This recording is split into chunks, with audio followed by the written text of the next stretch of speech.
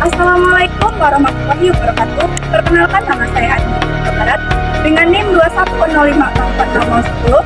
Saya dari mahasiswa Universitas Maritim Jati, program studi ilmu hukum Fakultas Sosial dan Politik. Di video kali ini saya akan membahas materi terkait dengan kejahatan yang berada di darat.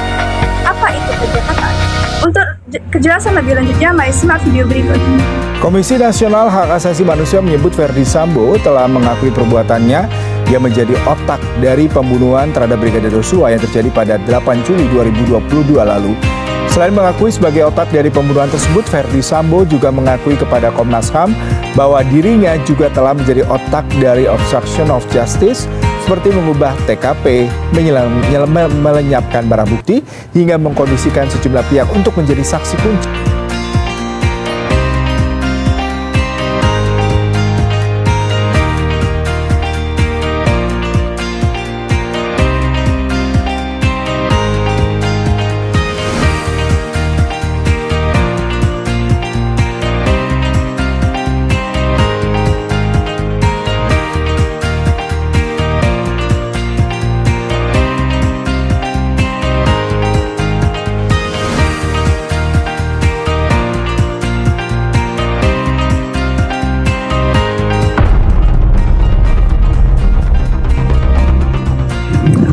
Berbicara lagi mengenai kejahatan. Kejahatan menurut bahasa merupakan perbuatan dan tindakan jahat. Kejahatan dalam KBBI, kejahatan merupakan suatu perilaku yang bertentangan dengan nilai dan norma yang telah disahkan dalam hukum tertulis. Kejahatan jika dilihat dari sudut pandang pendekatan legalnya dapat diartikan sebagai suatu perbuatan yang melawan hukum pidana dan undang-undang yang telah diatur dalam masyarakat.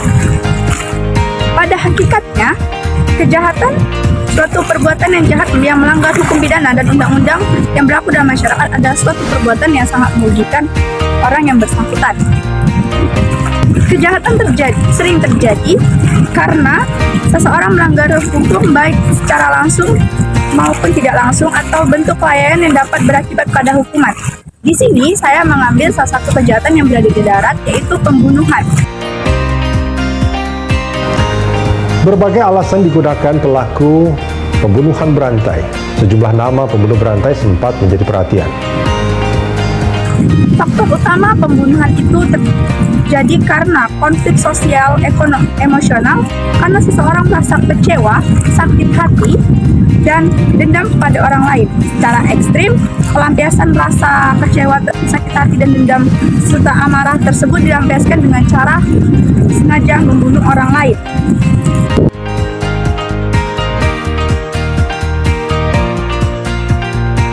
Pembunuhan dibagi menjadi 3 macam, yaitu membunuh dengan sengaja, membunuh seperti disengaja, dan membunuh secara tidak sengaja. Yang pertama itu ada membunuh dengan sengaja, adalah pembunuhan yang telah direncanakan dengan memakai alat yang biasanya mematikan.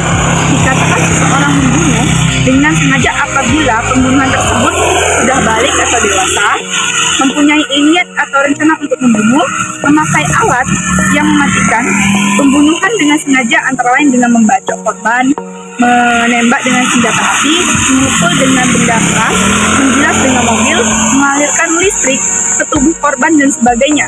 Yang kedua itu ada membunuh seperti disengaja, yaitu pembunuhan yang terjadi sengaja dilakukan oleh seseorang mukallaf dengan alat yang biasanya tidak mematikan. Perbuatan ini tidak diniatkan untuk membunuh atau mungkin hanya bermain-main, misalnya dengan sengaja memukul orang lain dengan cambuk ringan atau dengan besar, akan tetapi yang terkena pukul kemudian meninggal. Dan jika yang dibunuh itu adalah janin yang masih dalam kandungan ibunya dengan cara aborsi atau pengguguran, maka masalah ini menjadi penting dibicarakan karena kasus-kasus aborsi dengan cara medis atau meminum obat-obat tertentu atau kan dalam kehidupan masyarakat modern sekarang ini merupakan masalah yang cukup serius. Hal ini seperti biasanya dilakukan oleh janin dari hasil perbuatan hubungan di luar nikah atau kehamilan yang tidak diinginkan oleh pasangan sah sekalipun.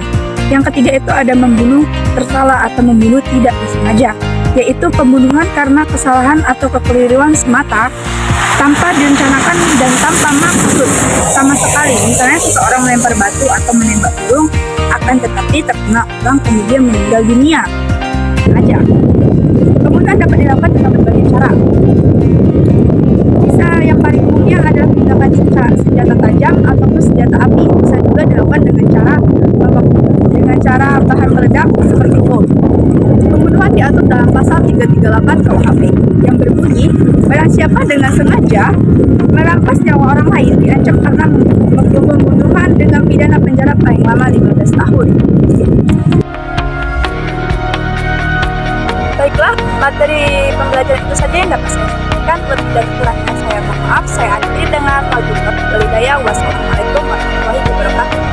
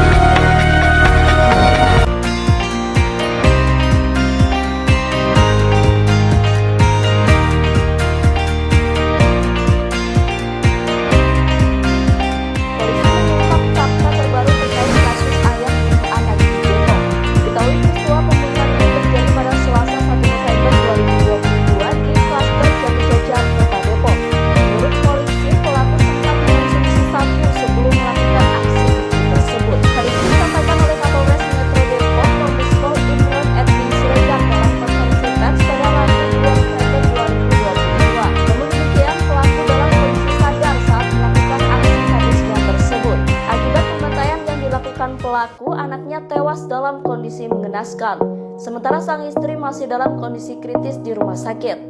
Kombes Pol Imron mengatakan pelaku dijerat pasal 338 KUHP dengan ancaman hukuman 15 tahun penjara. Pelaku yang bersangkutan tidak berani turun. Setelah pelaku melakukan